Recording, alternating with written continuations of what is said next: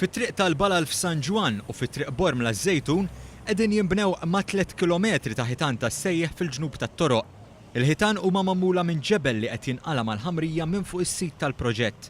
Noel Gawci, il-perit responsabbli mill-proġett, semma kif din it-triq arterjali fin-nofsinhar tal-pajjiż qed issir b'investiment ta' 4 miljun euro u se jgawdi minnu mhux biss is-sewwieqa iżda wkoll aktar minn 50 bidwi fl-inħawi. Nippruvaw nutilizzaw kemm jista' jkun il-ġebel li nkunu qlajna mis-sajts fejn kien hemm ħamrija qed narblu l-ħamrija bil-makkinarji neċessarji, nieħdu l-ġebel minnhom, il-ġebel nużawh għall-ħitan tas-sejjeħ u l-ħamrija marbula nerġgħu ntuha l-bdiewa biex jutilizzawha fl-uċuħ tar-raba tagħhom. Il-perit Gawci qal li qabel ma beda x-xogħol kien hemm bosta partijiet mit-triq li kienu mkissra u li x-xogħlijiet ser waslu għal iktar sigurtà kemm mal-bdiewa u s-sewwieqa. F'din il-parti ta' triq ħanitkellmu fuq triq Bormla, hawnhekk kien hawn partijiet fejn kien hawn ħitan imkissrin.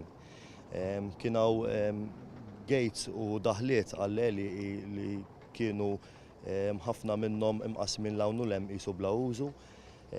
U fil-parti ta' hawnhekk il-ħitan tas-sejjeħ daħħalnihom bażikament biex l-ewwel qed niġbru it-triq tkun iktar unita. U nżommu kemm jista' jkun mal-ambjent fejn għandna fuq naħa minnhom għandna diġà ħitan tas-sejjeħ eżistenti u fuq in-naħa l-oħra fejn għandna l-eli qed inżommu dak l-istess ambjent biex il-bdiewa ikollhom iktar affarijiet sikuri u anki min-naħa ta' triq. Apparti l-bini tal-ħitan tas-sejjeħ, it-triq se tikkonsisti f'żewġ karreġġjati filwaqt li ser ikun hemm żona pedonali u żewġ korsiji fiż-żewġ direzzjonijiet iddedikati għaċ-ċiklisti.